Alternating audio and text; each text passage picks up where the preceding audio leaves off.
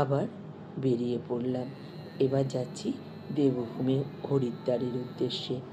কেন যাচ্ছি জানেন? এখন শ্রাবণ মাস, আর আমি হরিদ্বার বহুদিন যাইনি, অনেক আগে গেছিলাম।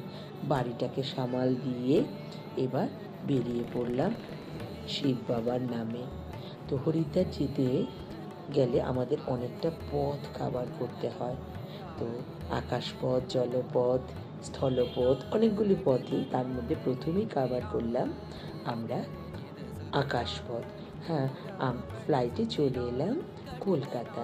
সেখান থেকে আমরা ভাবছি এবার ট্রেন ধরবো। মানে অনেকটা দিন ট্রেন ভালো করে চলা হয় না আমাদের, কারণ আমরা তো দুজনেই সার্ভিসে ছিলাম, আমাদের ছুটির একটা প্রবলেম হয়ে যেত। তো এখন আমরা দুজন মিলে এবার যাচ্ছি হরিদ্বারের উদ্দেশ্যে। কলকাতায় এসে পৌঁছে গেলাম।